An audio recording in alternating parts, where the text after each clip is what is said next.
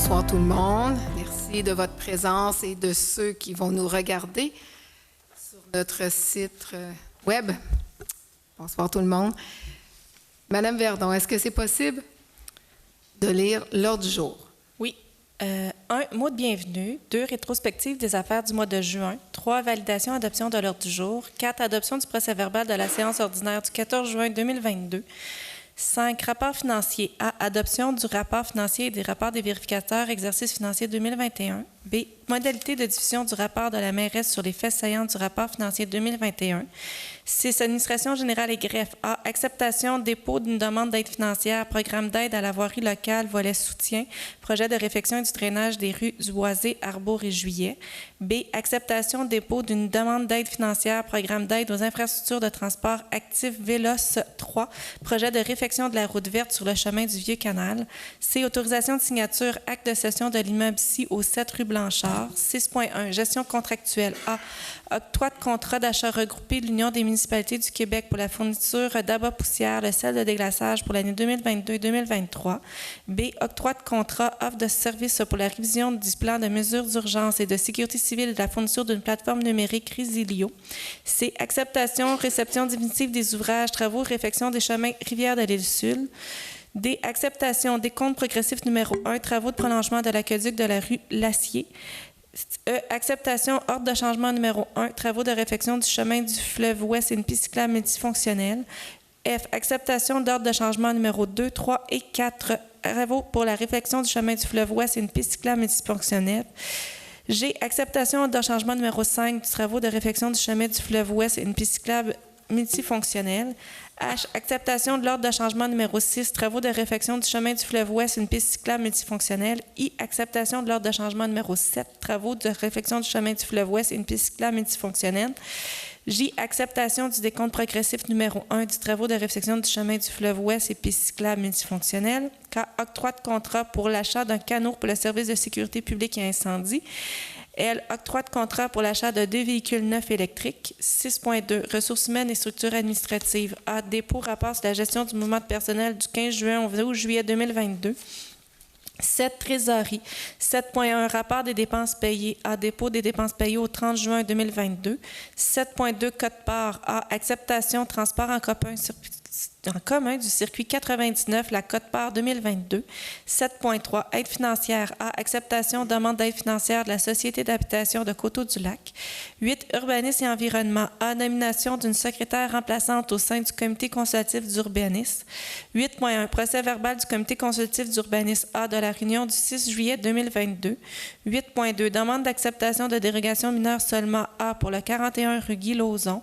B pour le 342 chemin du fleuve. C. Le 12 rue Richelieu. D. Le 304 chemin du fleuve.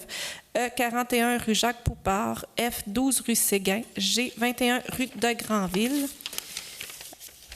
8.3. Demande d'acceptation de dérogation mineure et PIA A pour le 338A chemin du fleuve. 8.4. Demande d'approbation de PIA seulement pour le 21B route 201.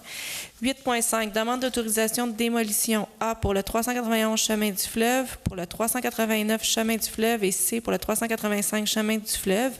9. Service du génie, aucun sujet. 10. Communication, culture et loisirs A. Acceptation, demande d'aide financière pour le sport fédéré pour l'année 2021-2022.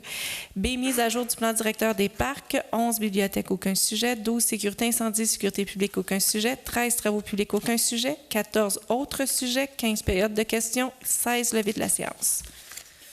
Monsieur Laprade, est-ce que vous avez des points à ajouter? Non, ça va pour moi. Monsieur Vallière? C'est complet, merci. Monsieur Amos? C'est pour moi. Madame Lemay? Madame Arsenault? C'est complet. Monsieur Delforge? Oui, j'en ai 3, Mme Brosseau. Pas compliqué. La rue Levoisé, Arbour, 148 Rivière-Rouge, les pompiers. Pour? Les pompiers. Il m'en manque un. Rue Le Boisé, rue Arbour, les pompiers. Ah, 148 Rivière-Rouge. 148. Merci. Un proposeur pour l'ouverture de la séance. Je propose. Madame Arsenault. Un proposeur pour l'ordre du jour. Pause. Monsieur Vallière. 4. Adoption du procès-verbal. Adoption du procès-verbal de la séance du 14 juin 2022. Considérant que, suivant les dispositions de l'article 333, une copie du procès-verbal de la séance ordinaire du 14 juin 2022 a été transmise aux membres du Conseil dans les délais prescrits et qu'il n'est pas nécessaire de procéder à la lecture. En conséquence, il est préposé par et résolu que le procès-verbal de la séance ordinaire du 14 juin 2022 soit et est adopté tel que rédigé. Un proposeur. Je propose. Monsieur Amos. 5. Rapport financier. Adoption du rapport financier et du rapport des vérificateurs exercice financier 2021. Considérant que, suivant l'article 105.1 de la Loi sur les cités et villes, un avis public a été publié le 7 juillet 2022 sur le site Internet de la Ville et le billard de l'Hôtel de Ville, indiquant la date prévue pour le dépôt du rapport financier et du rapport des vérificateurs pour l'exercice financier 2021. En conséquence, il est proposé par est résolu que le Conseil confirme que le trésorier a rempli ses obligations quant au dépôt du rapport financier ainsi que du rapport des vérificateurs pour l'année se terminant le 31 décembre 2021. Un proposeur. Proposer avec plaisir. Monsieur Amos.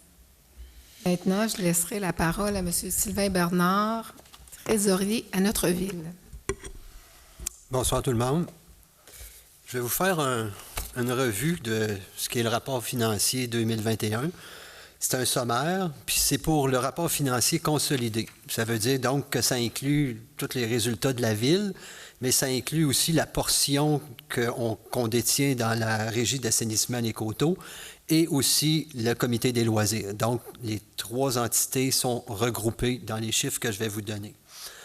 Le premier montant, c'est le revenu de fonctionnement. Pour l'année 2021, on parle de 14 906 468 comparativement à 13 484 298 l'année dernière. On avait pour des revenus d'investissement pour 1 023 232 et l'année passée, c'était 1 771 690. Au niveau de nos charges de fonctionnement, on parle de 14 355 885 pour 2021, comparativement à 12 174 948 en 2020. On enlève les revenus d'investissement pour arriver à notre résultat net, donc le 1 023 232. Et à la fin, on a ce qu'on appelle des conciliations à des fins fiscales qu'on retrouve juste dans les municipalités. C'est un peu pour pouvoir reformer les différentes méthodes comptables pour les appliquer à ce qu'est les villes, et suivre les lois des villes. Le montant de conciliation des fins fiscales pour cette année est de 2 309 242. C'est comparativement à l'année passée à 922 509. Ce qui nous donne finalement un excédent de fonctionnement de l'exercice consolidé, donc qui englobe les trois entités, de 2 859 825 pour l'année 2021, comparativement à 2 231 859 l'année dernière. Si on y va un peu plus en détail, si on compare les revenus de fonctionnement, les revenus de fonctionnement comme tels, c'est nos taxes pour 11 209 210 qui avait augmenté par rapport au budget, on parle à ce moment-là de 4,6 de plus que ce qu'on avait prévu. Compensation tenant lieu de taxes, qui est les écoles et les différents CHSLD, c'est pour l'année 2021, 119 300, puis on avait prévu 112 000, donc c'est 5,7 de plus que ce qui avait été prévu au budget. Au niveau des transferts, on avait prévu 1 199 000, mais on a utilisé d'autres moyens, on a utilisé plus des investissements. Donc, pour l'année 2021, on est à 398 121. Nos services rendus pour l'année 2021 sont 753 251. Notre imposition des droits, amendes et pénalités, revenus de placement et de portefeuille, ce qui inclut surtout les droits de mutation, c'est là qu'il y a la grosse explosion parce qu'on se retrouve avec un réel de 1 254 035 alors qu'on avait budgété seulement 534 300. La majeure partie de ces revenus-là, c'est finalement l'augmentation de nos droits de mutation qui est venu faire toute la différence. Au niveau de notre autre revenu, on avait prévenu 301 000, mais finalement, on se retrouve avec 1 172 551. C'est 1 172 551. Le principal élément qu'on retrouve dans ça, c'est finalement le coût du terrain qu'on a vendu. qui est environ presque 1 million de dollars. Et donc, ça rentre dans nos revenus. Et donc, dans le 1 172 000, on retrouve 1 million qui est juste par rapport à la vente d'un terrain qui était dans le parc industriel et qui nous appartenait. Ensuite, comme on avait dit tantôt, on a fait, par rapport au budget, on n'avait aucun investissement l'année passée. Cette année, au réel 2021, on a 1 23 232 000, ce qui donne un total de 15 929 700 de revenus en tant compte d'investissement. Si on y va en détail au niveau de nos charges, bon, au niveau de l'administration générale, on a 1 669 937, ce qui est une baisse de 4,2 % par rapport à ce qui avait été prévu au budget. Au niveau de la sécurité publique, on a 2 798 813, ce qui est 7,2 % de plus que ce qui avait été prévu au budget. Au niveau des transports, on a 2 636 786, ce qui est 13 % de plus que ce qui avait été prévu au budget. Hygiène du milieu, on parle de 3 409 134, c'est 3,6 de plus que le budget. Santé et bien-être, 23 757, c'est une quote-part, donc c'est le même montant que le budget. Aménagement et urbanisme, on est à 1 299 773, 28 % d'augmentation par rapport au budget. Loisirs et culture, 1 899 575 qui avait été prévu au budget, mais en réalité, le réel, c'est 2 134 125 $. Naturellement, ces montants-là, quand on les regarde par rapport au budget, bien, il faut tenir compte du fait que dans le 1 899 000, il n'y avait pas justement le budget de la régie d'assainissement et surtout du comité des loisirs qui fait une différence quand on compare avec le réel. Au niveau de nos frais de financement, ça, on s'est retrouvé avec en avoir moins que ce qui avait été prévu, 383 560, qui fait notre 14 355 885 total de charges consolidées. Si on va maintenant dans le détail de ce qui était notre fameux élément de conciliation des fins fiscales, qu'est-ce que ça comprend? Dans un premier temps, ça comprend l'amortissement des immobilisations, parce que dans les municipalités, ce qui est particulier aux municipalités en comptabilité, c'est qu'ailleurs, on déduit toujours des dépenses, nos immobilisations, notre amortissement, tandis que dans une ville, on l'a déduit tantôt dans nos charges. Donc, les montants que je vous donnais dans les charges comprenaient un montant d'amortissement, mais par la suite, on le renverse pour pouvoir finalement pas tenir compte d'amortissement. C'est une particularité des villes. Donc, le montant de 2 414 546 qu'on a en amortissement, on l'avait inclus dans nos charges. Donc, ça s'annule par conséquence. Au niveau du remboursement de la dette à long terme, on parle de 1 243 550. Au niveau de nos activités d'investissement, on parle de 16 095. Notre excédent déficit accumulé, les différentes choses qu'on utilise, c'est 441 454 de nos différents fonds affectés. L'autre élément de conciliation, on parle de 712 887. Ce montant-là, il n'y avait rien de prévu au budget parce que finalement, la grosse partie de ce montant-là, de 712 000, parce qu'il y a une partie qui est dans la régie et dans les comités, ça se trouve à être la vente du fameux terrain de tantôt. Parce que la particularité encore là dans les municipalités, c'est que tantôt, on avait un revenu de presque 1 million, mais le revenu réel va être le prix qu'on a vendu le terrain. Donc, dans notre autre élément de conciliation, on a un revenu de 1 600 000 parce que c'est le prix qu'on a vendu le terrain, sauf qu'on renverse notre 1 million tantôt qu'on avait dans notre revenu. Fait que c'est pour ça qu'on arrive à peu près à 700 quelques mille en tenant compte aussi d'une autre transaction où on a vendu un autre terrain. Fait que ce qui nous fait finalement des éléments au niveau de la conciliation à des fins fiscales de 2 309 242 qui nous donnait finalement notre résultat de 2 859 825. Si on regarde les principaux écarts par rapport au budget, naturellement, on a notre droit de mutation immobilière de 670 000 de plus que ce qui avait été prévu. On a la subvention COVID parce qu'elle avait été prévue au budget, mais sauf que par la façon qu'on doit procéder, on a dû déjà l'affecter en 2020, avant donc, quand on l'a mis au budget par la suite, on avait donc déjà utilisé ce montant-là en l'ayant mis dans notre non affecté. Ensuite, l'autre grosse différence par rapport qui a créé l'écart budgétaire, c'est notre vente d'actifs à 1 608 869 qui est un terrain du parc industriel. On a eu aussi pour 495 554 de taxes foncières de plus que ce qui avait été prévu au budget. Si on regarde dans nos charges et dans les conciliations des fins fiscales, les deux montants les plus importants qui n'avaient pas par rapport à ce qui avait été prévu au budget, on parle de lignage de rue pour 100 711, puis d'entretien de chemin qu'on a dépensé 112 000 de plus que ce qui était prévu au budget. Si on regarde l'état de la situation financière, pour l'année 2021, nos actifs financiers, au niveau de l'encaisse, on a 9 478 934 en caisse. Au débiteur, on a 4 254 414, qui nous donne finalement un total pour l'actif financier de 13 733 348, comparativement à 13 334 347 l'année dernière.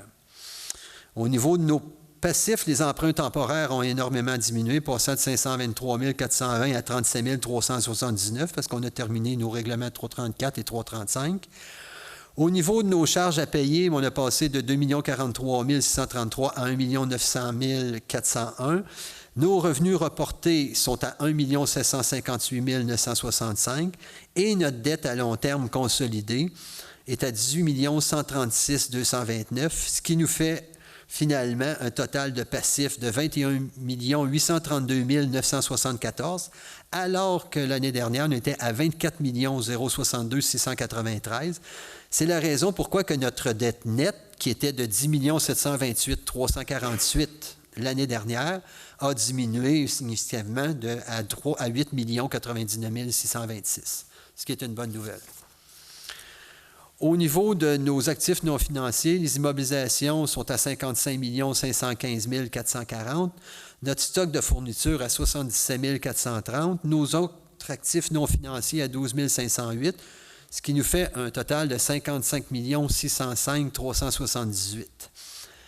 Au niveau de nos excédents accumulés, qui est un peu notre avoir des propriétaires, c'est l'excédent de fonctionnement non affecté qui est passé de 4 507 880 à 6 446 424.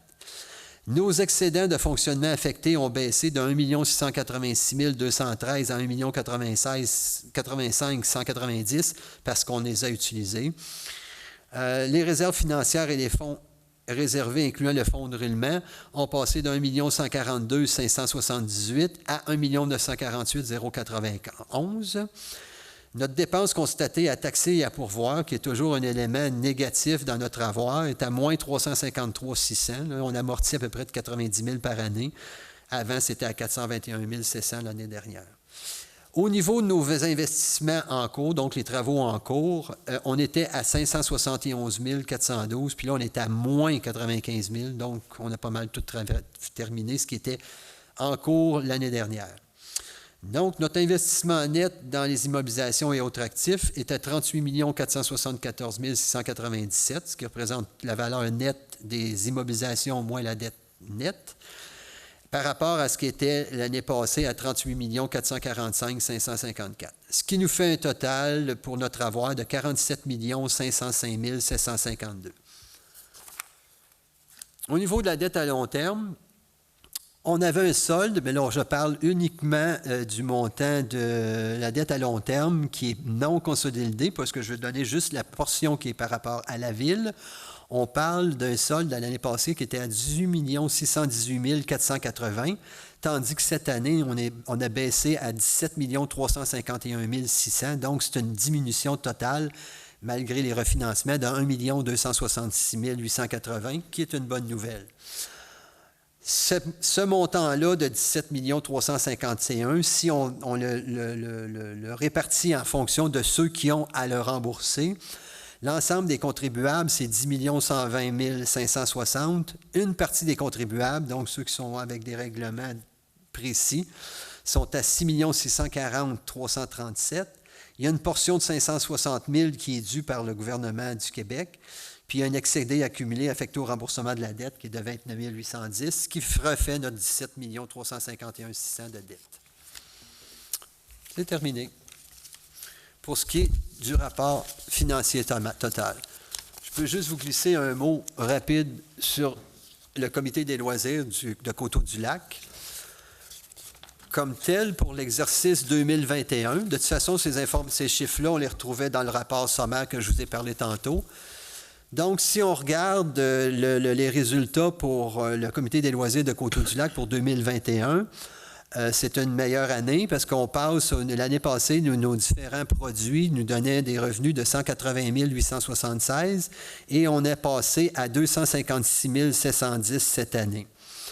Au niveau de nos charges, l'année passée, on avait 153 668 qui nous laissait un excédent de 27 208. Cette année, en charge, on a 206 396 qui nous laisse donc un excédent des produits sur les charges de 50 314. C'est terminé. Et merci. C'est important de savoir que le rapport financier que M. Bernard vient de faire comme lecture, ça comprend le comité de loisirs et ça comprend aussi la régie d'assainissement des coteaux. Pour notre portion à nous. Pour notre portion à nous. Maintenant, je vais vous faire la lecture des faits saillants qui concernent simplement la Ville. Puis par la suite, on fera l'adoption des 2 résolutions. Chères citoyennes et chers citoyens, fidèle à mon engagement d'assurer une plus grande transparence de l'administration municipale, j'ai le plaisir de vous présenter les faits saillants pour l'exercice financier 2021. Les états financiers de la Ville pour l'exercice 2021 nous indiquent que les revenus de fonctionnement ont été de 14 642 263. Les différentes charges pour l'ensemble des services de la Ville, incluant les frais financiers et l'amortissement des immobilisations, s'élèvent à 14 049 767. En tenant compte des différents éléments de conciliation à des fins fiscales, amortissement, remboursement de la dette, affectation, les états financiers présentent un excédent de fonctionnement à des fins fiscales de 2 824 756. Les principaux éléments qui ont généré cet excédent sont par notamment une saine gestion administrative, les droits de mutation immobilière beaucoup plus élevés, revenus de taxes sur la valeur foncière plus élevés et la cession d'un terrain au parc industriel. La dette à long terme est passée de 18 618 480 au 31 décembre 2020 à 17 351 600 au 31 décembre 2021, soit une diminution de 1 266 880.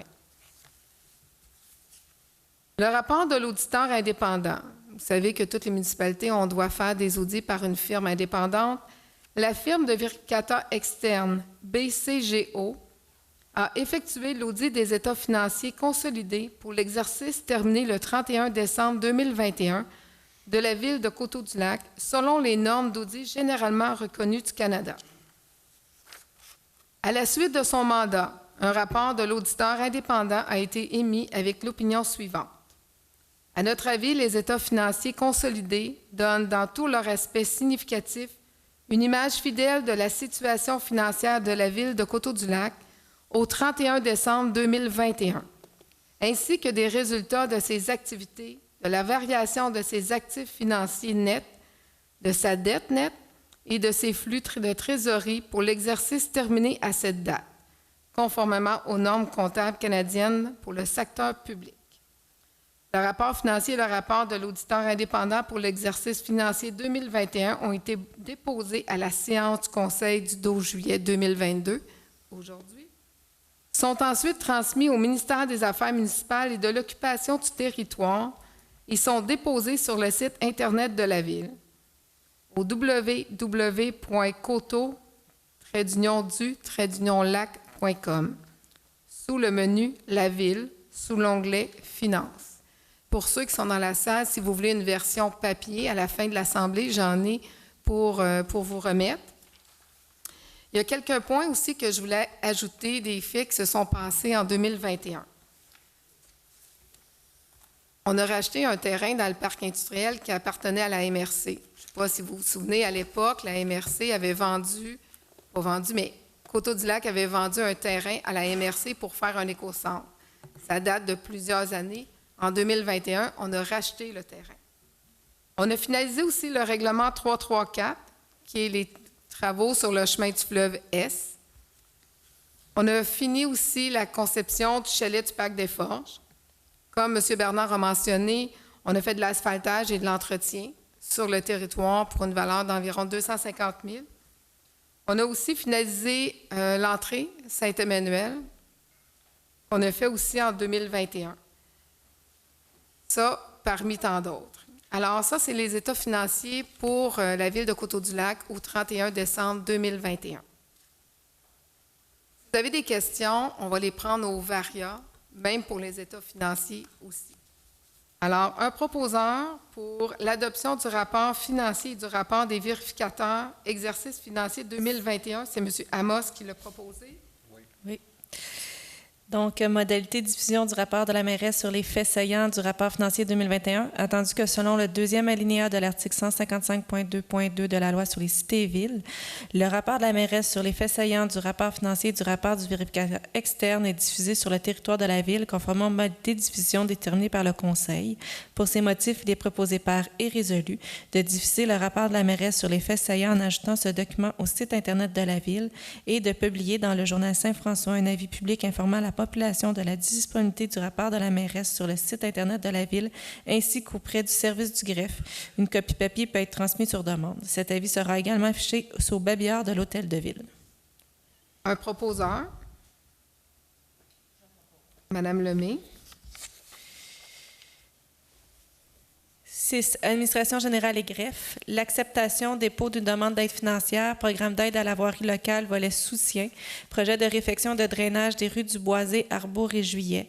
Attendu que le conseil municipal de la ville de Coteau-du-Lac a pris connaissance des modalités d'application du volet soutien du programme d'aide à la voirie locale, le PAVL, et s'engage à les respecter. Attendu que les interventions visées dans la demande d'aide financière concernent des routes municipales et des travaux admissibles de l'aide financière du volet soutien. Attendu que seuls les travaux réalisés après la date figurant sur la lettre d'annonce sont admissibles à une aide financière, attendu que la ville de Coteau-du-Lac s'engage à obtenir le financement nécessaire à la réalisation de l'ensemble du projet, y compris de la part du ministère, attendu que la ville de Coteau-du-Lac choisit d'établir la source de calcul de l'aide financière selon l'option suivante, soit l'estimation détaillée du coût des travaux, attendu que le chargé de projet de la ville de Coteau-du-Lac, M. Steve Saint-Onge, représente cette dernière auprès du ministère dans le cadre de ce dossier. Pour ces motifs, il est proposé par et résolu que le Conseil de la ville de Coteau-du-Lac autorise la présentation d'une demande d'aide financière pour les travaux admissibles, confirme son engagement à faire réaliser les travaux selon les modalités d'application en vigueur, reconnaissant qu'en cas de non-respect de celle-ci, l'aide financière sera résiliée, certifie que M. Steve Saint-Onge, coordonnateur du service du génie, est dûment autorisé à signer tout document ou entente à cet effet avec le ministre des Transports. Un proposeur. Propose. M. Laprade. C'est important de souligner que ces 3 rues qui ont été retenues par notre service technique, est-ce que c'est une garantie qu'on va faire les travaux en 2023? Non. Mais on a une possibilité d'aller chercher une belle subvention pour effectuer les travaux. C'est 3 rues qui ont besoin de drainage et de réfection. Acceptation, dépôt d'une demande d'aide financière, programme d'aide aux infrastructures de transport actif VELOS 3, projet de réfection de la route verte sur le chemin du Vieux-Canal. Attendu que le programme d'aide aux infrastructures de transport actif VELOS 3 a pour objectif général de soutenir le développement, l'amélioration et l'entretien d'infrastructures de transport actif. Attendu que le conseil municipal de la ville de Coteau-du-Lac a pris connaissance des modalités d'application du programme d'aide aux infrastructures du transport actif VELOS 3 et s'engage à les respecter, de même que les lois et règlements en vigueur durant la réalisation du projet et à tenir les autorisations requises avant l'exécution de celle-ci. Attendu que le projet mentionné plus haut est admissible à une demande de financement dans le cadre de ce programme estimé à 438 134,23, toutes taxes incluses, et que le montant demandé au ministère est de 219 067,62 sous. Attendu qu'afin de déposer une demande d'aide financière, le conseil municipal de la ville de Coteau-du-Lac doit autoriser le dépôt de la demande d'aide financière, confirmer sa contribution financière au projet et autoriser un de ses représentants à signer cette demande. Pour ces motifs, il est proposé par et résolu que le conseil de la ville de Coteau-du-Lac autorise la présentation d'une demande d'aide financière, confirme son engagement à respecter les modalités d'application en vigueur, reconnaisse que, en cas de non-respect de celle-ci, l'aide financière sera résiliée et certifie que M. Steve Saint-Onge, coordonnateur du service du génie, est dûment autorisé à signer tout document ou entente à cet effet avec le ministre des Transports. Un proposeur. C'est important de souligner que le chemin du Vieux-Canal, c'est la route verte qui passe entre le canal et le IGA, qui longe le canal ouest. Autorisation de signature, acte de cession de l'immeuble ci au 7 rue Blanchard. Considérant que les parties désirent modifier la structure juridique de la Régie des saisissements des coteaux, la RAC, considérant que l'entente interministérielle concernant la RAC, dont l'article 8 a modifié l'entente signée entre les municipalités membres le 4 novembre 1993 intitulée « Transfert de propriété des stations de pompage des conduites reliant les stations de pompage à l'usine de traitement ». Considérant qu'une nouvelle entente a été signée par les municipalités concernées le 20 avril 2022 visant le transfert par la Régie d'assainissement des coteaux aux municipalités membres de la propriété des stations de pompage, leurs équipements et leurs conduites reliant les stations de pompage à l'usine de traitement des eaux. Considérant que les parties ont obtenu toutes les autorisations nécessaires pour procéder aux actes de cession et notamment l'autorisation du ministère des Affaires municipales et d'Habitation le 13 juin 2022, conformément à l'article 468.11 de la Loi sur les cités-villes et à l'article 580 du Code municipal du Québec. En conséquence, il est proposé par et résolu que le Conseil autorise la mairesse et la directrice générale et greffière à signer pour et au nom de la Ville de Coteau-du-Lac l'acte de cession de l'immeuble ci au 7 rue Blanchard avec la Régie d'assainissement des coteaux, ainsi que tout autre document pertinent afin de donner plein effet entier à la présente résolution et que tous les frais de recherche, préparation, publication cadastrale, certificat de lotissement et autres nécessaires afin de donner plein entier effet à la présentation seront à la charge de la Régie d'assainissement des coteaux. Le pompage en arrière de l'hôtel de ville. Propose. 6.1. Gestion contractuelle. Octroi contrat d'achat regroupé l'Union des municipalités du Québec pour la fourniture d'abat poussière, celle de déglaçage pour l'année 2022-2023. Considérant que l'Union des municipalités du Québec est allée en appel d'offres pour l'achat de celle de déglaçage des chaussées pour la saison 2022-2023. Considérant qu'à la suite de l'ouverture et l'analyse des soumissions, le comité exécutif de l'UMQ a jugé à Mines-Céline, une division de KS Cell-Windsor Limité, le plus bas soumissionnaire conforme pour l'option prix avec transport pour le lot G2. En conséquence, il est proposé par et résolu que la Ville de Coteau-du-Lac entérine et accepte l'adjudication au contrat à Mines-Céline, une division de K+L Cell-Windsor Limité pour la fourniture de sel de déglaçage des chaussées pour la saison 2022-2021, et ça pour une quantité de 1000 tonnes métriques à un taux unitaire de 84,49 $ la tonne métrique, incluant le transport, taxes applicables non comprises, et que le contremaître du service des travaux publics soit autorisé à signer les réquisitions, les bons de commande se rattachant à la fourniture de celle de déglaçage des chaussées pour la saison 2022-2023 et qu'il soit autorisé à effectuer les dites dépenses jusqu'à concurrence du montant budgété et que le trésorier certifie la disponibilité des crédits au code budgétaire abrasif CEL. Un proposeur. Propose. Marceneau. Je vais demander le vote.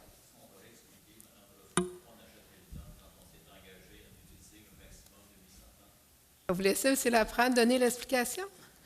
On avait s'est engagé à utiliser un maximum de 800 tonnes dans l'hiver 2022-2023, mais vu que les soumissions on s'était déjà engagé à acheter 1000 tonnes de fondant. On va utiliser les stations de fondant au-delà de ça, on peut l'utiliser pour la saison 2023. Laprade, êtes-vous pour ou contre? M. Vallière? Monsieur Amos? Je suis pour. Madame Lemay? Madame Arsenault? Je suis pour. Monsieur Delforge? Merci. Octroi de contrat, offre de service pour la révision du plan de mesures d'urgence et sécurité civile de la fourniture d'une plateforme numérique Résilio. Attendu que le plan de mesures d'urgence de la Ville de Coteau-du-Lac doit être révisé afin de s'harmoniser en cas d'urgence avec les municipalités limitrophes et avec les nouveaux objectifs québécois en sécurité civile au ministère de la Sécurité publique 2014-2024. Attendu que le choix de mode de sollicitation a été respecté, conformément au règlement numéro 339 sur la gestion contractuelle. Attendu que 2 firmes ont été approchées et que seule la firme Prudent Groupe Conseil nous a présenté une demande à prix conforme aux critères demandés. Attendu que le directeur du service de sécurité reconnaît recommande au conseil municipal de mandater la firme Prudent Groupe Conseil afin d'accompagner la Ville dans la révision du plan de mesures d'urgence, incluant l'intégration du plan dans le portail Résilio. Pour ces motifs, il est proposé par et résolu que le conseil entérine l'offre de services reçus et octroie le contrat du service professionnel pour la révision du plan de mesures d'urgence et l'intégration du plan sur la plateforme Résilio à la firme Prudent Groupe Conseil du montant de 18 490 et 28 taxes comprises et que le trésorier certifie la disponibilité des crédits budgétaires, que la somme nette de 16 884 et 9 soit affectée au poste budgétaire mesures d'urgence. Un proposeur. Je vais demander le vote. M. Laprade. M. Vallière. Pour. M. Amos. Je suis pour. Mme Lemay. Mme Arsenault. Pour. M. Delforge. L'acceptation, réception définitive des ouvrages, travaux de réfection du chemin Rivière de l'Île Sud, attendu qu'un décompte final numéro 1 pour des travaux exécutés jusqu'au 31 mai 2021 est accepté le 13 juin 2021 pour la résolution numéro 202-07-2021. Attendu que le directeur du service des travaux publics du génie, ingénieur surveillant, a délivré une attestation de réception définitive des ouvrages le 1er juin 2022, il recommande le paiement de la retenue finale de 5 % relatif aux travaux de réfection du chemin Rivière de l'Île Sud, exécuté en conformité à l'appel d'offres numéro 2020-09.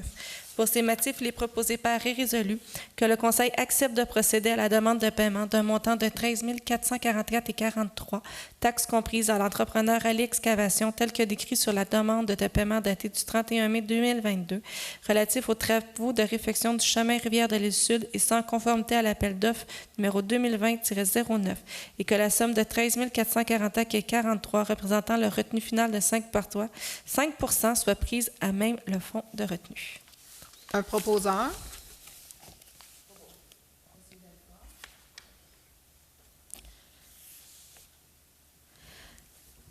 Acceptation des comptes progressifs numéro 1, travaux de prolongement de l'aqueduc de la rue de l'Acier. Attendu qu'un décompte progressif numéro 1 pour des travaux exécutés jusqu'au 15 juin 2022 a été émis le 16 juin 2022 et accepté par les parties. Attendu que le chargé de projet de la firme EXP Incorporée recommande le paiement de décompte progressif numéro 1 relatif aux travaux de prolongement de l'aqueduc de la rue de l'Acier exécuté en conformité à l'appel d'offres numéro VCLM-2101-5438-AO. Pour ces motifs, il est préposé par et résolu que le Conseil accepte de procéder à la demande de paiement d'un montant de 362 637 et 30 taxes comprises à l'entrepreneur Les Pavages d'Amour, tel que décrit au certificat de paiement numéro 1 daté du 16 juin 2022 relatif aux travaux exécutés jusqu'au 15 juin 2022 pour les travaux de prolongement de l'aqueduc de la rue de l'Acier et sans conformité à l'appel d'offres numéro VCLM 2101-5438-AO et que la somme de 35 045 et 4 représentant la retenue de 10 % soit comptabilisée dans le fonds de retenue et que la dépense nette de 331 136 et 19 soit affectée au surplus non affecté, tel que stipulé par la résolution numéro 56-03-2022. Un proposeur.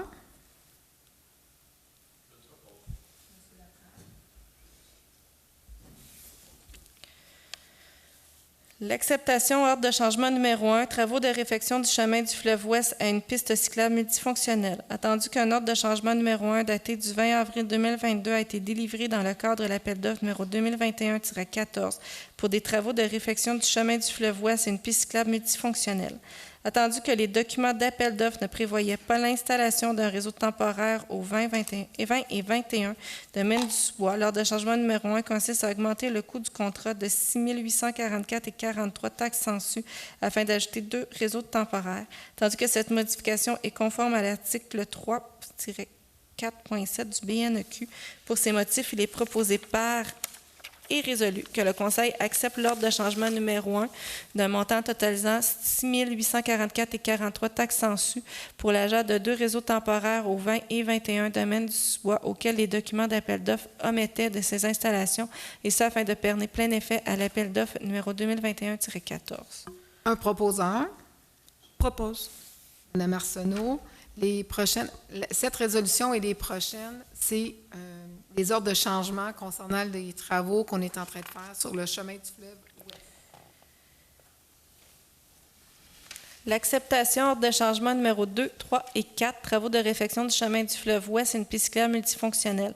Attendu que 3 ordres de changement numéro 2, 3 et 4, datés du 3 juin 2022, a été délivrés dans le cadre de l'appel d'offres numéro 2021-14 pour des travaux de réfection du chemin du fleuve Ouest et une piste cyclable multifonctionnelle.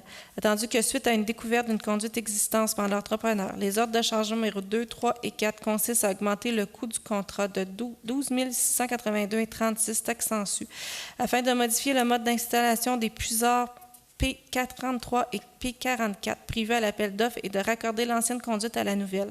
Attendu que ces modifications sont conformes à l'article 3-4.7 du BNEQ. Pour ces motifs, il est proposé par et résolu que le Conseil accepte les ordres de changement numéro 2, 3 et 4 d'un montant totalisant de 12 682,36 taxes en su afin de modifier le mode d'installation des puiseurs P43 et P44 prévus à l'appel d'offres et de raccorder l'ancienne conduite à la nouvelle, et ce afin de donner plein effet à l'appel d'offres numéro 2021-14. Un proposeur. Madame Lemay.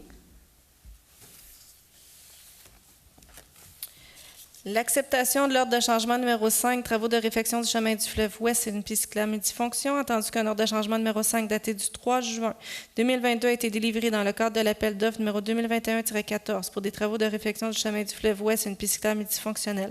Tandis que suite à l'installation du regard RP5 de la rue Armand, l'entrepreneur a constaté que l'élévation de la conduite existante ne correspondait pas à l'élévation proposée au plan, ainsi que 2 drains de TPO 100 mm n'était pas prévu au document d'appel d'offres. L'ordre de changement numéro 5 consiste à augmenter le coût du contrat de 4 258,86 taxes en su afin de modifier l'élévation de la conduite de raccordement de 2 drains non prévus, tandis que ces modifications sont conformes à l'article 3-4.7 du BNEQ. Pour ces motifs, il est proposé par et résolu que le Conseil accepte l'ordre de changement numéro 5 d'un montant totalisant de 4 258,86 taxes en su afin de modifier l'élévation de la conduite, de raccorder les 2 drains non prévus au document d'appel d'offres, et ce, afin de donner plein effet à l'appel d'offres numéro 2021-14. Un proposeur. Je propose.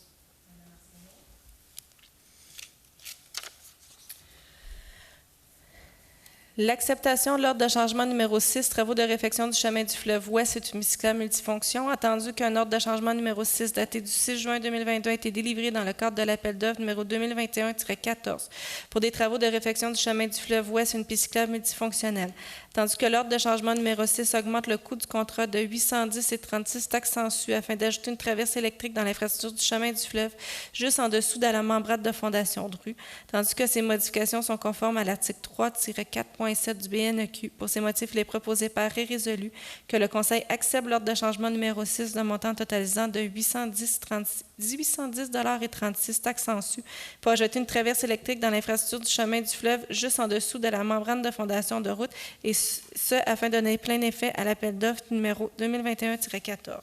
Un proposeur.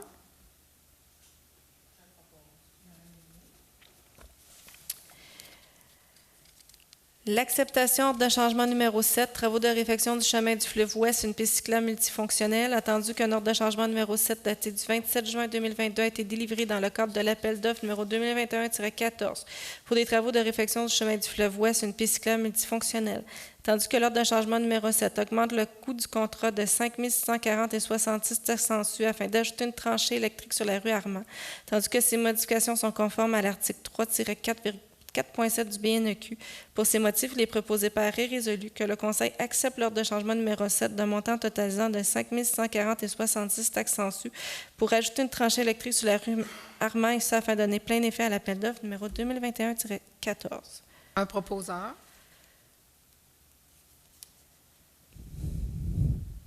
Un proposeur. Madame Arsenault. L'acceptation du décompte progressif numéro 1, travaux de réfection du chemin du fleuve Ouest et piste cyclable multifonctionnelle. Attendu qu'un décompte progressif numéro 1 pour des travaux exécutés jusqu'au 15 juin 2022 a été émis le 16 juin 2022 et accepté par les parties. tandis que le chargé du projet de la firme Groupe Civitas Incorporée recommande le paiement du décompte progressif numéro 1 relatif aux travaux de réfection du chemin du fleuve Ouest et piste cyclable multifonctionnelle exécutés en conformité à l'appel d'offres numéro 2021-14. Pour ces motifs, il est proposé par et résolu que le Conseil accepte de procéder à la demande de paiement d'un montant de 646 546 et 7, taxes comprises, à l'entrepreneur Les Entreprises C. Sauvé Incorporées, tel que écrit au certificat de paiement numéro 1, daté du 16 juin 2022, relatif aux travaux exécutés jusqu'au 15 juin 2022 pour les travaux de réfection du chemin du fleuve Ouest et piste cyclable multifonctionnelle et sans conformité à l'appel d'offres numéro 2021-14, et que la somme de 62 481,80 représentant la retenue de 10 soit comptabilisée dans le fonds de retenue et que la dépense nette de 590 382,74 soit affectée à la façon décrite à la résolution numéro 8-01-2022. Un proposeur.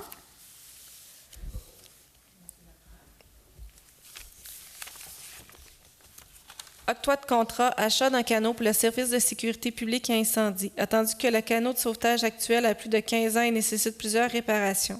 Attendu pour assurer la sécurité des employés de la population, le directeur du service de sécurité publique et incendie recommande au conseil municipal l'achat d'un nouveau canot de sauvetage à la compagnie Nautique et Art, tandis que le choix de mode de sollicitation a été respecté conformément au règlement numéro 339 sur la gestion contractuelle. Attendu que 12 fournisseurs a été approché à la compagnie Nautique et Art nous a présenté la meilleure offre de niveau qualité supérieure aux critères demandés.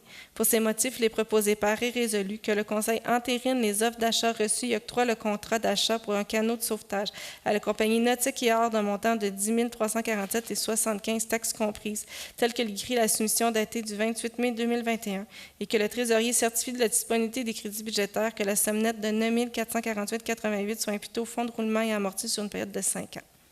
Un proposeur. Monsieur Delfort, je vais demander le vote. Monsieur Laprade, êtes-vous pour ou contre? Monsieur Vallière? Pour. Monsieur Amos? Je suis pour. Madame Lemay? Madame Arsenault? Monsieur Delfort? Octroi de contrat pour l'achat de deux véhicules neufs électriques, tandis que le service du greffe a procédé à l'ouverture de soumission le 7 juillet 2022 à 11h05 pour l'appel d'offres sur invitation numéro 2022-09-INV pour l'achat de 2 véhicules neufs électriques. Attendu qu'il y a 2 soumissionnaires qui ont été invités, le soumissionnaire du dessous a déposé une soumission à la date et heure prévue à l'appel d'offres comme suit. Chevrolet Bouygues GMC de Valleyfield, un prix soumis incluant les taxes de 105 461,96.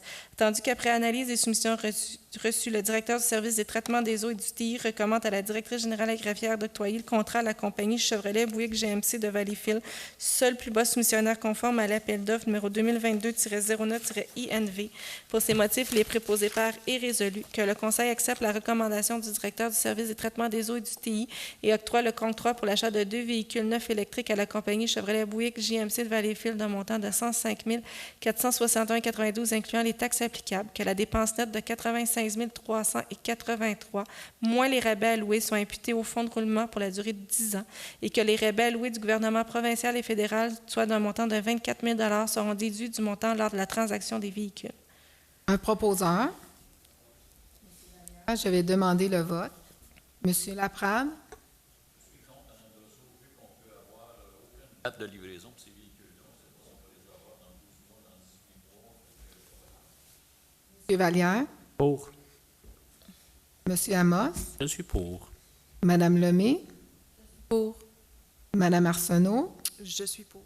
Monsieur Delforge. Je suis pour. La seule affaire, Mme Brosseau, je ne veux pas garder les 2 autres véhicules. Non, c'est dans l'appel d'offres, ils les reprennent. La seule chose qu'ils ne peuvent pas nous dire, c'est le montant qu'ils vont nous donner présentement, comme on ne sait pas la date de réception des 2 véhicules neufs. 6.2. Ressources humaines et structures administratives. Dépôt rapport sur la gestion du mouvement de personnel du 15 juin au 12 juillet 2022. Vu le dépôt devant ce conseil du rapport sur la gestion du mouvement de personnel relatif à l'embauche à la fin d'emploi ou à la mutation pour la période du 15 juin au 2 juillet 2022. Vu l'article 71 de la loi sur les cités et villes, que le conseil rectifie l'embauche, la fin d'emploi et la mutation des personnes énumérées dans le rapport déposé sur la gestion du mouvement de personnel pour la période du 15 juin au 12 juillet 2022. Un dépôt. 7 trésorerie, 7.1 rapport des dépenses payées, dépôt du rapport des dépenses payées du mois de juin 2022, concernant les autorisations accordées aux trésoriers en vertu de l'article 10 du règlement numéro 312 relatif à la délégation suivie au contrôle budgétaire, vu l'article 82 et du 5e alinéa de l'article 477.2 de la loi sur les cités et villes. Le trésorier dépose le rapport des dépenses payées du 1er au 30 juin 2022, conformément à l'article 23 du règlement 312 et dont le sommaire apparaît ci-après. Fonds d'administration générale, compte payé, un montant de 1 292 828,18 $. Salaire des pompiers payés du 1er au 31 mai 2022, 32 605,3 $. Les salaires administratifs payés du 1er au 30 juin 2022, 192 469,20 $. Et pour les fonds de règlement, le règlement numéro 336-1, intitulé « Règlement modifiant le règlement d'emprunt numéro 336 » afin d'augmenter la dépense d'un montant supplémentaire de 2 570 344 et l'emprunt d'un montant supplémentaire de 1 078 344 pour un montant de 1 595 028. Le dépôt. 7.2, Code-part. Acceptation, transport en commun du circuit 99, Code-part 2022. Concernant l'adhésion de la Ville de Côte-du-Lac à une entente avec la firme Taxibus de Salaberry de Valleyfield quant à la gestion et l'opération d'un service de transport en commun et de personnes offert sur le territoire de la Ville. Constant que la Ville de Côte-du-Lac est favorable au maintien d'un service de transport en commun visant à desservir le circuit 99 par la résolution numéro 160-06-2021. Constant que la réception du tableau des codes-parts en 2021 présenté par la directrice générale des Taxibus de Salaberry de Valleyfield dont les membres au conseil municipal déclarent avoir pris connaissance, laquelle propose une contribution pour la Ville de Côte-du-Lac à 13,60 pour l'année courante, ce qui représente une hausse comparativement à la contribution de l'année 2020-2021 à 11,39. En conséquence, il est proposé par et résolu que le Conseil approuve sa quote-part de 13,60 pour les services de transport collectif pour le circuit 99 tel que proposé en 2021 et qu'une copie de la présente résolution soit transmise à la firme Taxibus de Salaberry de Valleyfield pour information et suivi et que le trésorier certifie la disponibilité des crédits soit imputé au poste budgétaire transport en commun Taxibus. Un proposeur. Je propose. 7.3. Aide financière. Acceptation demande d'aide financière Société d'habitation de Coteau-du-Lac. Attendu que la Ville de Côte-du-Lac a reçu une demande d'aide financière de la Société d'habitation de Coteau-du-Lac afin de venir en aide à l'amélioration et la sécurité des immeubles à loyer modique de 60 ans et plus. Tandis que la Société d'habitation de Côte-du-Lac demande à la Ville ce qui suit. Un gros pot de fleurs devant l'immeuble ci au 317 chemin du fleuve afin de sécuriser le passage. 4 bancs, dont 2 à l'immeuble 317 chemin du fleuve et 2 à l'immeuble 6 rue Blanchard. 6 pots de fleurs, 2 pour le 6 rue Blanchard et 4 pour le 317 chemin du fleuve, le tout en conformité à la soumission en annexe. Couper le cèdre mort et en planter un nouveau devant l'immeuble 317 chemin du fleuve. 2 tables de pique-nique installées au point de ralliement en cas d'évacuation de chacun des immeubles. Pour ces motifs, il est proposé par et résolu que le Conseil accepte et autorise d'accorder l'aide financière suivante à la Société d'habitation de Coteau-du-Lac, soit de donner un pot de fleurs devant l'immeuble ci au 317 chemin du fleuve afin de sécuriser le passage. Accepte de mettre un montant n'excédant pas 1 800 $ taxes comprises pour l'achat de 2 bancs, soit un à l'immeuble 317 chemin du fleuve et 1 à l'immeuble 6 rue Blanchard, 6 pots de fleurs, 2 pour le 6 rue Blanchard et 4 pour le 317 chemin du fleuve, et de donner et installer 2 tables de pique-nique au point de ralliement en cas d'évacuation à chacun des immeubles, et que le trésorier certifie la disponibilité des crédits soit imputé au poste budgétaire dont une subvention, la somme nette d'excédant pas 1 560 $. C'est pour la résidence du Fort et la résidence secteur Besnard. Un propos. Oui.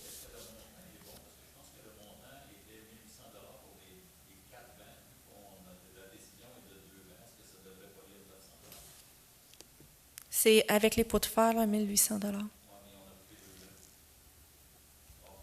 On va vérifier. Un proposeur. Je vais proposer. Amos.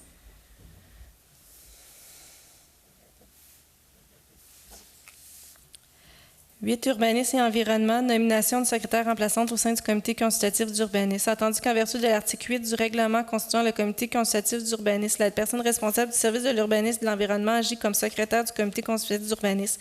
Attendu qu'il y a lieu de nommer un remplaçant en cas de vacance dans la charge de secrétaire du comité, il ou elle pourra exercer tous les devoirs de cette charge jusqu'à ce que la vacance soit remplie. Pour ces motifs, il est proposé par et résolu que le Conseil accepte la nomination de Mme Caroline Dinardo, technicienne à l'émission des permis, à titre de remplaçante de la secrétaire du comité consultatif d'urbanisme.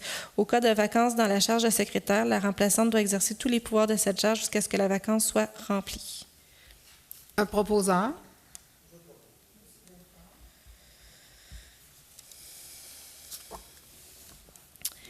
8.1, procès-verbal de la réunion du comité consultatif d'urbanisme. Dépôt du procès-verbal de la réunion du comité consultatif d'urbanisme. Je, conseillère municipale, dépose le procès-verbal de la rencontre du comité consultatif d'urbanisme tenue le 6 juillet 2022.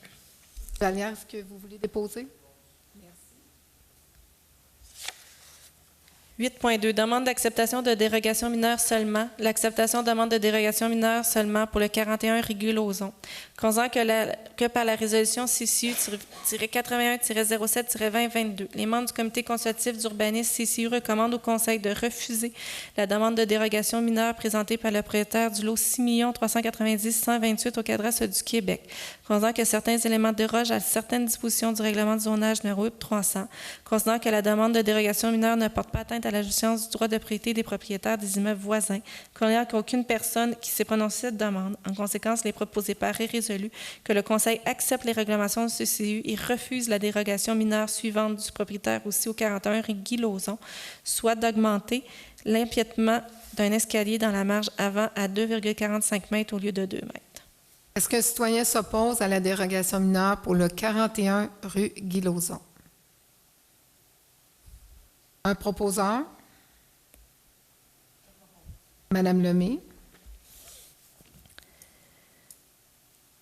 L'acceptation demande de dérogation mineure seulement pour le 342 chemin du fleuve. Considérant que par la résolution CCRU-76-07-2022, les membres du comité consultatif d'urbanisme CCRU commandent au Conseil de refuser la demande de dérogation mineure présentée par le propriétaire du lot 2 45 334 du cadastre du Québec, considérant que certains éléments dérogent à certaines dispositions du règlement de zonage URB 300, considérant que la demande de dérogation mineure ne porte pas atteinte à la jouissance des droits de propriété des propriétaires des immeubles voisins, considérant qu'il n'y a aucune personne qui s'est prononcée sur cette demande. En conséquence, il est proposé par et résolu que le Conseil n'accepte pas les recommandations du CCU et accepte la dérogation mineure du propriétaire au 342 chemin du fleuve, afin d'autoriser la construction d'un patio surélevé et d'une piscine hors terre sur un terrain qui ne dessert pas l'usage principal alors que le règlement ne l'autorise pas et que le permis ne peut pas être émis avant que les deux parties signent une modification de l'entente de location. Est-ce qu'un citoyen s'oppose à la dérogation mineure pour le 342 chemin du fleuve? Oui. C'est 342, quand ça nous a été présenté, c'est le 3 rue Blanchard. Le 342, c'est l'adresse de Oui. l'hôtel de ville. C'est que le 342, le terrain sur lequel la dérogation mineure s'applique est le 342, mais le demandeur est le 3 rue Blanchard. Merci. Ça répond à nos questions. Et puis, avant de demander le vote, Mme Brosseau, Oui. j'aurais 3 petites questions. Oui. J'aimerais savoir pourquoi on est rendu là depuis le mois d'avril, vu que le CCU a 2 fois le refus. Que les membres du Conseil ont ramené le point pour discussion. Et à la dernière Assemblée publique, vous avez demandé d'ajouter une résolution pour rapporter le point. Et c'est là qu'on a aussi vérifié pour la dérogation mineure. Et effectivement, on avait besoin d'une dérogation mineure. Donnez-moi donc, juste pour la discussion, votre recommandation sur cette résolution. Ma recommandation à moi? Comme j'ai mentionné, vendre le terrain, c'était pour nous, bien pour moi, ce n'était pas une possibilité. De faire une ouverture à l'entente et de protéger la ville en favorisant la demande, j'étais d'accord. Je vais demander le vote, Mme Brousseau. Oui. Et puis une autre affaire que c'est dans les résolu que le Conseil n'accepte pas les recommandations du CCU et accepte la dérogation mineure. Non, mais il va y avoir un vote. C'est pour ça que je demande le vote.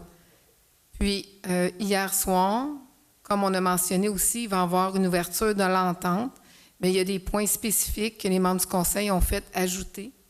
Et Mme Verdon va modifier l'entente avec les critères que les membres du Conseil et moi-même, on a ajoutés. Ça va être M.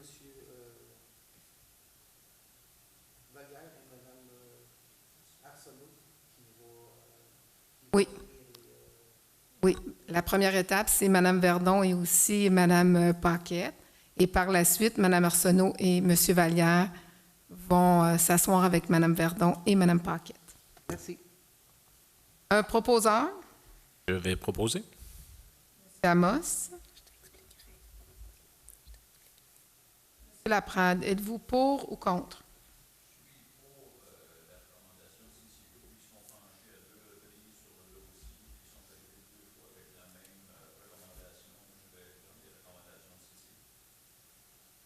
Ça veut dire que vous êtes contre.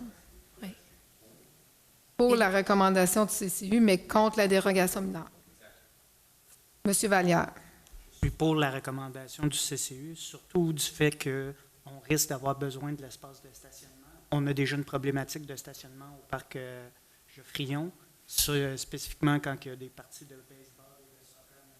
On va mettre des no-parking dans la rue Blanchard, justement à cause de ça. Donc, ça serait logique de garder ce terrain-là pour avoir une possibilité d'agrandir le stationnement, puisque c'est une problématique qu'on vit en ce moment. Bien, merci. Monsieur Amos. Je suis pour. Oui, on a des petits problèmes de micro ce soir. Madame Lemay.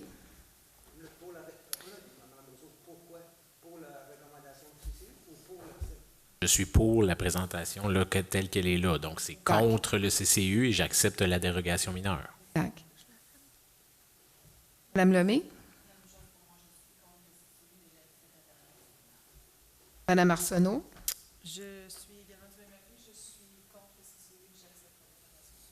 Monsieur Delfort. Moi qui va trancher, là. Je suis pour... On accepte la dérogation mineure. On accepte la piscine. Ça veut dire que vous êtes contre la recommandation du CCU et vous acceptez la dérogation mineure. Merci.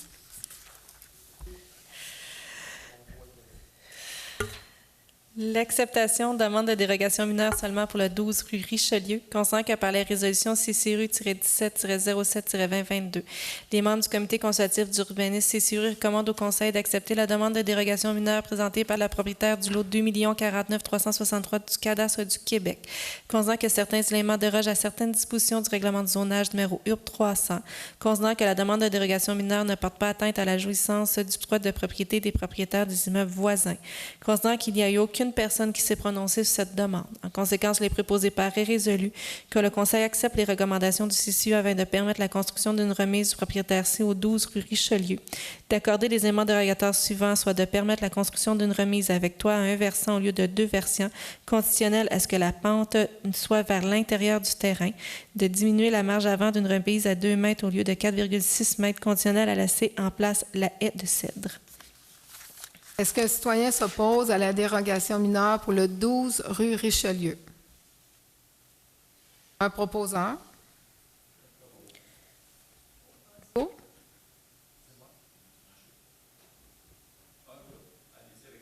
Ah. Monsieur Amos?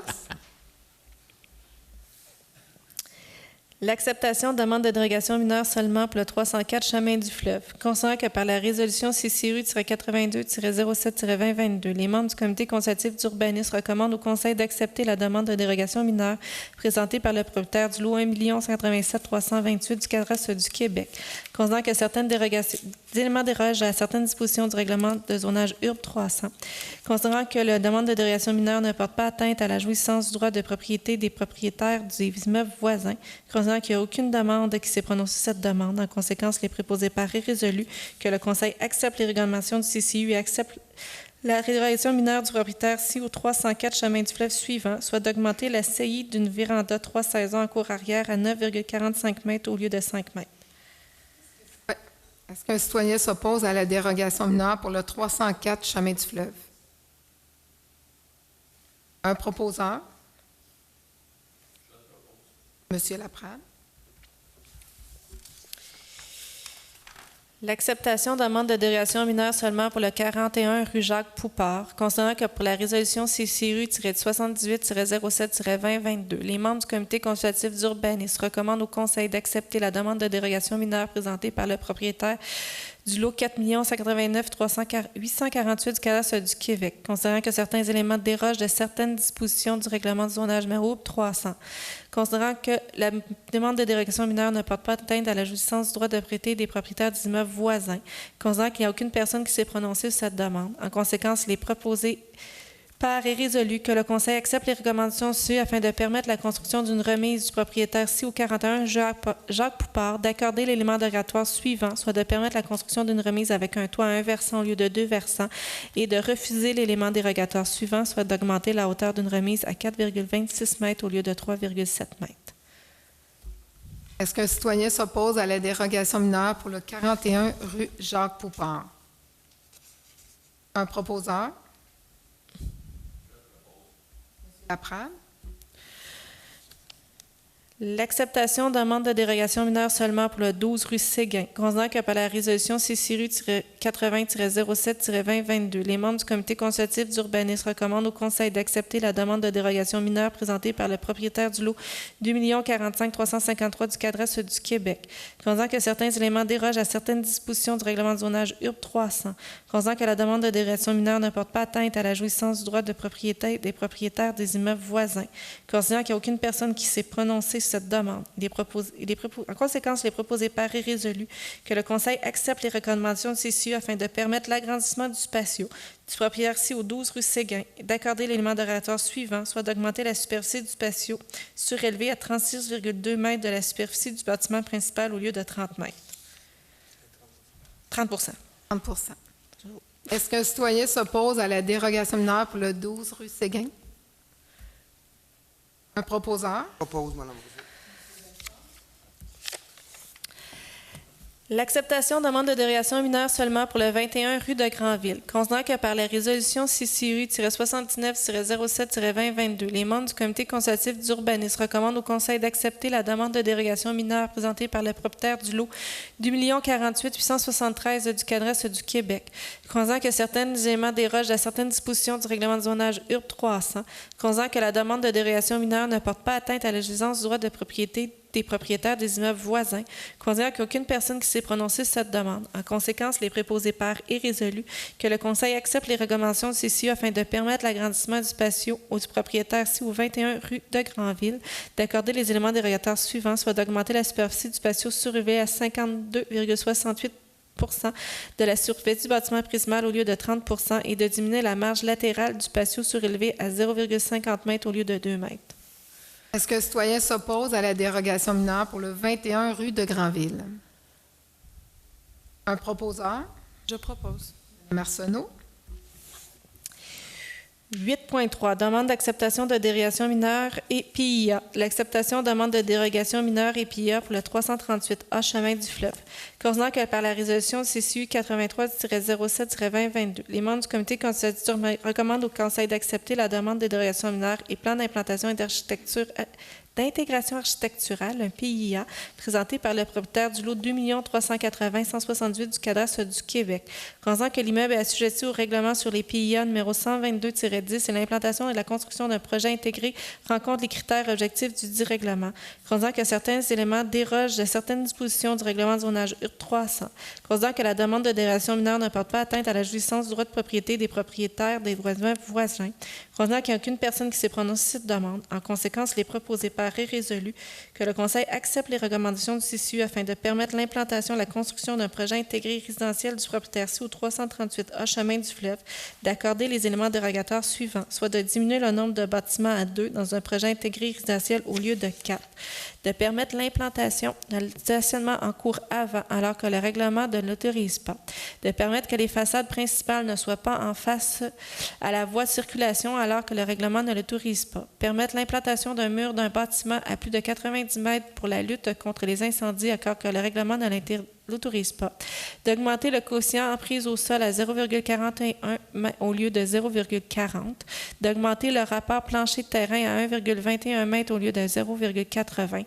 D'augmenter la largeur des bâtiments à 55 m au lieu de 45 m. Le tout conditionnel à ce que soit déposé d'un plan d'implantation pour prouver l'espace de l'entrée charretière et ne pas causer de préjudice avec les voisins adjacents le long de la ligne latérale. Que le Conseil refuse l'élément dérogatoire suivant, soit de permettre l'absence d'une zone tampon de 2 mètres avec les propriétés d'usage commercial, résidentiel et public adjacents car que le règlement ne l'autorise pas et propose aux propriétaires de déposer un plan d'aménagement de l'implantation de haies, plantations et clôtures pour séparer les projets des autres des usages adjacents. Que le Conseil refuse l'élément dérogatoire, soit de permettre l'absence d'un arbre par 7 mètres linéaires ayant frontage sur une voie publique, alors que le règlement ne l'autorise pas et propose aux propriétaires ce qui suit de planter l'arbre obligatoire en cours avant ailleurs sur le terrain.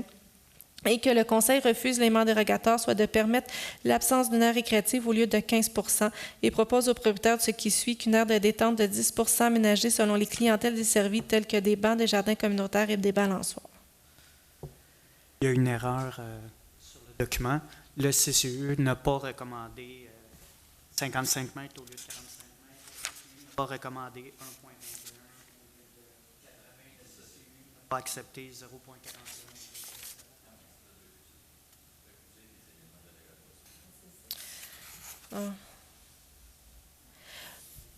Oui, c'est une question de sémantique. Là. On va changer le libellé, M. Vallière. Là.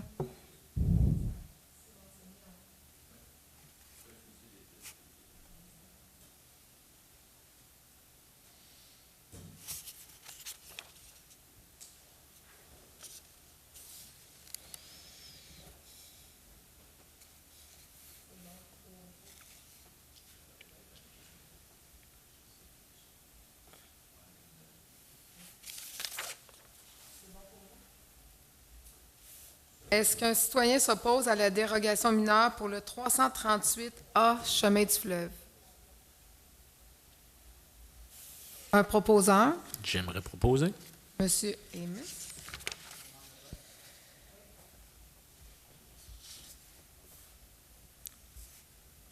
Monsieur Laprade, êtes-vous pour ou contre?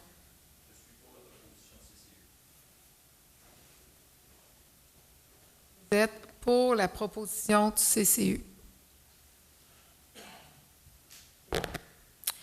Donc, qu'est-ce qui est écrit dans la résolution? Parfait. Oui. Vallière? Suivre le CCU, je refuse 55 mètres au lieu de 45. Le coefficient d'emprise au sol.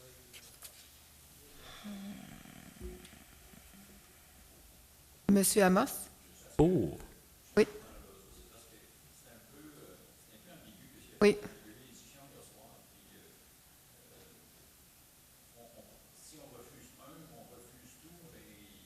Exact.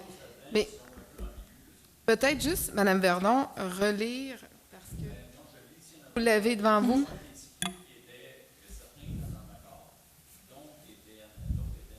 Non, mais là, on doit Mais dans le fond, sur un ensemble. mais dans le fond, ce que les membres du Conseil, et la majorité des membres du Conseil, pas tous, étaient d'accord avec les premières énoncées, et ce qu'on a recommandé, c'est les dernières, justement, ici. Par exemple, on avait enlevé le tampon avec les arbres. L'absence d'arbres dans cette ligne linéaire. Oui, bien, dans le fond, ce qu'on avait dit, au lieu d'avoir un arbre en façade, c'est d'avoir des arbres sur le terrain, mais pas en façade. La demande, c'était d'avoir un arbre en façade. Ça dit seulement là-dedans qu'il n'y aura pas d'arbres. Non, c'est que Non. vous refusez l'élément dérogatoire, soit de permettre l'assemblage d'un arbre par 7 mètres linéaires avec frontage sur une voie publique, et vous proposez de planter l'arbre obligatoire en cours avant ailleurs sur le terrain. Non, mais c'est la recommandation, c'est que... C'est ça que ça veut dire? Non? Oui, c'est ça. Quand vous proposez Exact. au niveau du Conseil, c'est que vous l'obligez. On dans le fond. l'oblige. Nous, on l'oblige. Dans ce cas-là, ça va. Je vais changer mon vote et je vais aller à OK. Parfait. Amos, vous m'avez dit que vous étiez pour. Oui, moi, je suis pour le projet. Madame Lemay, Pour le projet. Madame Arsenault. En raison particulier de ce terrain-là, je suis pour le projet. M. Delfort?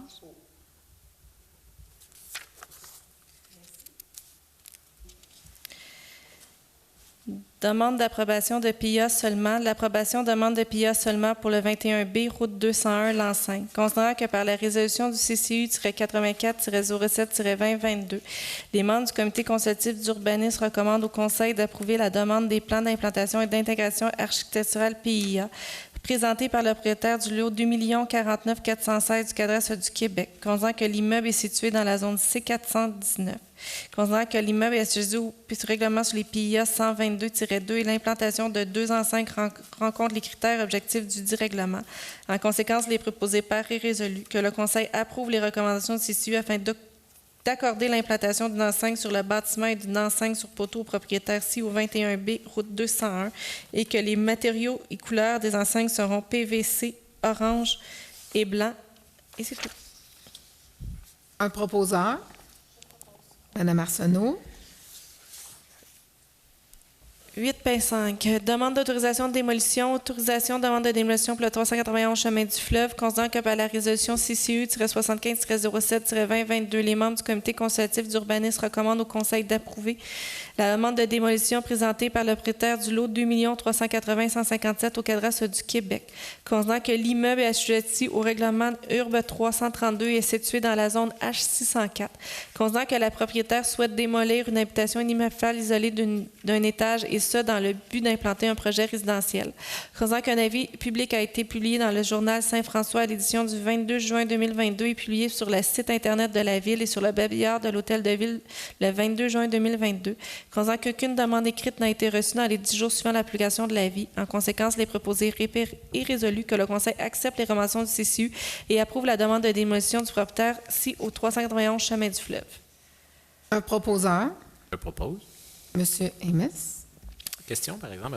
Oui. Est-ce que c'est sur ce terrain-là qu'il y a la maison centenaire? Bon, peu importe. Là, Oui, là. il me semble que c'était lui. En tout cas, peu importe. Celle de 1900, ça, c'est Je ne sais pas, ça valait-tu la peine d'ajouter l'information qu'il y a quand même une demande là, qui se fait Oui. au ministère de...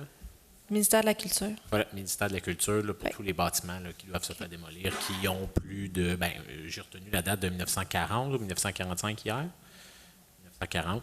Fait qu'on attend aussi une autorisation de ce côté-là.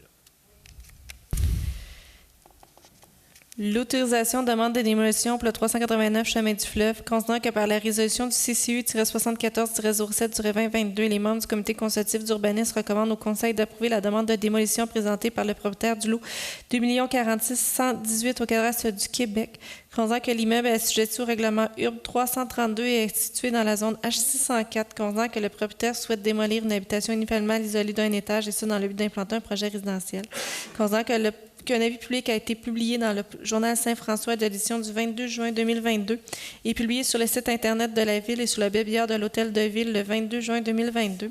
Considérant qu'aucune demande écrite n'a été reçue dans les 10 jours suivant la publication de l'avis, en conséquence, les préposés par est résolu que le Conseil accepte les recommandations du CCU et approuve la demande de démolition du propriétaire ci au 389 chemin du fleuve. Un proposeur? Proposé? Amos. Autorisation de demande de démolition pour le 385 chemin du fleuve, considérant que par la résolution CCU-73-07-2022, les membres du comité consultatif d'urbanisme recommandent au Conseil d'approuver la demande de démolition présentée par le propriétaire du lot 2 380 157 au cadastre du Québec. Considérant que l'immeuble est assujetti au règlement URB 332 et est situé dans la zone H604, considérant que le propriétaire souhaite démolir une habitation unifamiliale isolée de 2 étages et ça dans le but d'implanter un projet résidentiel, considérant qu'un avis public a été publié dans le journal Saint-François de l'édition du 22 juin 2022 et publié sur le site Internet de la Ville et sur le bâtiment de l'Hôtel de Ville le 22 juin 2022. Considérant qu'aucune demande écrite n'a été reçue dans les 10 jours suivant la publication de l'avis, en conséquence, les préposés par est résolu que le Conseil accepte les recommandations du CCU et approuve la demande de démolition du propriétaire ci au 385 chemin du fleuve. Un proposeur? C'était le tour du chapeau et je vais le proposer. Monsieur Amos. 9. Services du génie, aucun sujet. 10. Communication, culture et loisirs. Acceptation, demande d'aide financière, sport fédéré pour l'année 2021-2022. Croisant que la politique des activités hors territoire, sport fédéré, prévoit le remboursement d'un pourcentage de l'inscription aux activités admissibles. Croisant que le remboursement maximal de l'inscription aux activités admissibles est de 100 $ par individu par année, soit 20 % du coût d'inscription. Croisant que le remboursement par individu tient compte des montants déjà versés durant l'année. Croisant que la liste des remboursements pour l'année 2021-2021 a été déposée et que le service de loisirs communautaires recommande à ce que les remboursements soient faits aux résidents selon la liste jointe en annexe. En conséquence, les préposés par est résolu que le Conseil autorise le versement de 4 999,91 pour l'inscription des enfants de Côte-Uslac pour l'année 2020 à 2021, à ce qui détaille comme suit, soit pour le club Capagile, 6 inscriptions pour un montant de 322 $, pour la Ringuette Balmol, 2 inscriptions à 128 $, le CPA de Valleyfield et le club de patinage de vitesse de Trois-Lacs, 1 inscription 100 $, la danse moderne et contemporaine ballet classique, 4 inscriptions 315,24 $, le ski alpin de compétition, 5 inscriptions pour 500 $, club de natation Les Citadins et club aquatique Salaberry pour une inscription 72,20 $, club de volleyball, inscription 100 $, cheerleading du Québec, 1 inscription 74 $, Trio Lac, 1 inscription 100 $, football, 1 inscription 83 $, la gymnastique du Québec, 1 inscription 100 $, le hockey mineur Soulanges, 29 inscriptions pour 2 900 $, le karaté Denis Plante, 3 inscriptions 109 et 47 $, et pour le club de plongeon natation, 3 inscriptions pour 96 $, et qu'en vertu de l'article 11 du règlement 312, le trésorier certifie la disponibilité des crédits au code budgétaire soutien parental sport fédéré. Un proposeur, Madame Lemay. C'est que c'est le club Campi. Oui. Campi, hein? C'est ça, il avait manqué une affaire. Mise à jour du plan de directeur des parcs. Attendu que la conseillère Mme Christine Arsenault demande qu'une résolution soit adoptée afin de demander au service des communications, loisirs et relations avec le média de mettre à jour 2 fois par année le plan des directeurs des parcs, soit au début du mois de mai et à la fin du mois de septembre, et d'en remettre une copie au conseil municipal.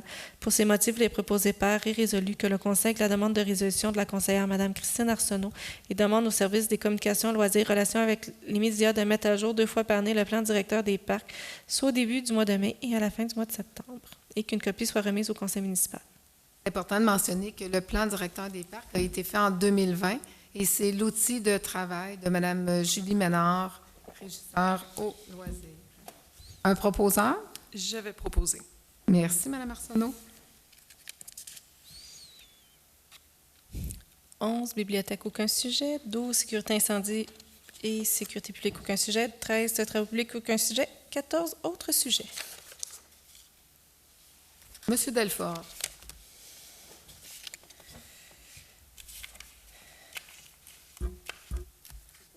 Oui, oui. La rue de Boisé, ils ont fait le patchage sur les routes. Et puis, ils l'ont bien fait en passant, très bien. Je remercie les gens des travaux publics. Juste entre la rue Le Boisé et la rue Arbour, juste avant les vacances, il reste à peu près 4 pieds qui n'est pas fait. Pas obligé de mettre de l'asphalte, mais au moins des graviers. Il y a à peu près 1 tonne à mettre, là. Entre la rue Le Boisé, c'est ça, puis dans le tournant pour aller à rue Arbour. L'autre point, c'est le 148 Rivière-Rouge. Je me suis aperçu de ça ce matin. L'accotement pour aller à la Rivière-Rouge commence à s'affaisser, Mme Bozo. Le 148, quand on traverse le pont, c'est... 148, oui, c'est à peu près au milieu. Au milieu? Oui. Il ne faudrait pas que ça refasse comme ça avait fait à peu près il y a une dizaine d'années, le gros éboulement. Il y a à peu près un bon 8 pouces de... Ah, si c'est pas 10 pouces de d'innivellation. Puis il faudrait peut-être la solidifier pour que la rivière est proche. Puis ils l'ont patché, mais le solidifié. 148? Oui, en face du 148. La rivière, elle commence à manger la route. Puis je voudrais pas qu'on arrive avec le même résultat que là, une dizaine d'années qu'on ferme le chemin, là. C'est important aussi de le mentionner à la table de l'eau. À qui? À la table de l'eau, à la MRC, parce que la MRC est responsable des cours d'eau. OK. Puis après, c'est l'autre, c'est les pompiers. La pancarte, il y en a 3 dans le village, je pense. Il y en a une à Saint-Emmanuel, il y en a une ici à l'entrée du village, puis il y en a une au parc de Pour Monaco. indiquer. Oui. Il y en a sur les 3. Il y en a un, tu peux faire un feu, puis l'autre, tu peux pas. Puis juste bloquer. Il y a des jeunes qui jouent avec la flèche. Oui, mais c'est ça. J'en ai parlé au caucus l'autre fois, puis juste mettre un boulon avec un cadenas, parce que ça, c'est de valeur de mal informer les gens. Peut-être les mettre plus hautes. Haute ou faites ce que vous voulez, là. Mais au moins Pour bloc, pas que les jeunes aient accès à la pancarte. parce que je trouve que les pompiers, c'est important, puis et puis on n'a pas la bonne lecture. Fait que si on n'a pas la bonne lecture, ben on va banaliser ça, puis on n'en prendra pas en ligne de compte l'information.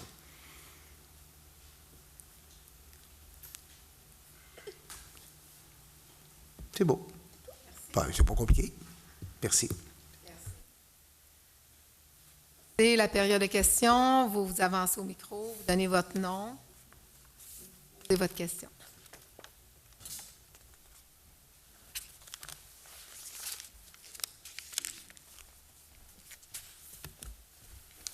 Jean Sauvé, est-ce que c'est possible d'avoir plus de détails sur le 338A? Je suppose que c'est en arrière du bureau de poste. Oui. Ça consiste en quoi? Un projet résidentiel. Oui, mais combien de bâtiments, combien d'étages, puis tout ça? C'est 3 étages. Le nombre de portes n'est pas encore confirmé. OK. Puis ça va être 2 bâtiments. Bâtiment 2 bâtiments. de 55 mètres. Exact.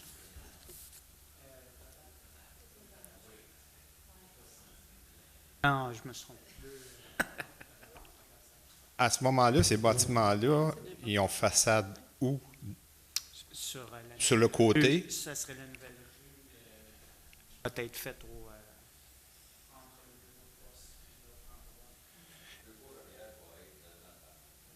Dans le parc. Et est-ce que ça va être une rue privée ou une rue municipale? C'est un projet intégré, M. Sauvé, donc c'est une rue privée. C'est une rue privée. Oui. OK, merci.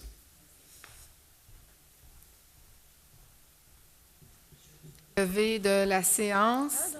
Oh, pardon. Excusez-moi, j'ai...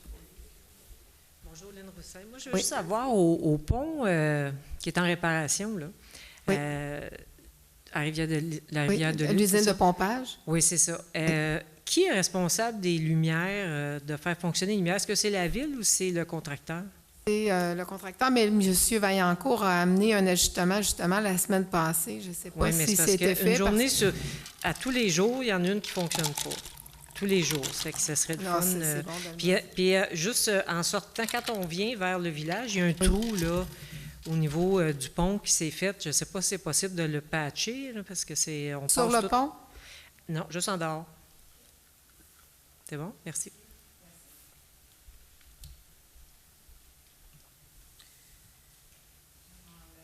Est terminée. Juste avant de faire la levée de l'Assemblée, je vous mentionne que, vous savez, il y a quelques années, avant la pandémie, on avait une collaboration avec la municipalité des Coteaux, ce qui est le festival nautique. Ça permet aux citoyens d'avoir une accessibilité à l'eau, mais ça permet aussi aux citoyens de profiter des sports nautiques. Il y a une panoplie d'activités. D'ailleurs, c'est le 22, le 23 et le 24 juillet. Ça se trouve à l'embouchure ouest du canal. Cette année, le festival nautique, c'est le groupe Cain qui va ouvrir notre festival. Alors, vous allez tous recevoir un pamphlet par la poste. Je vous invite, c'est le 22, le 23 et le 24 juillet. Un proposant pour la levée de la séance. Je propose. Madame Arsenault, 21h. Merci tout le monde.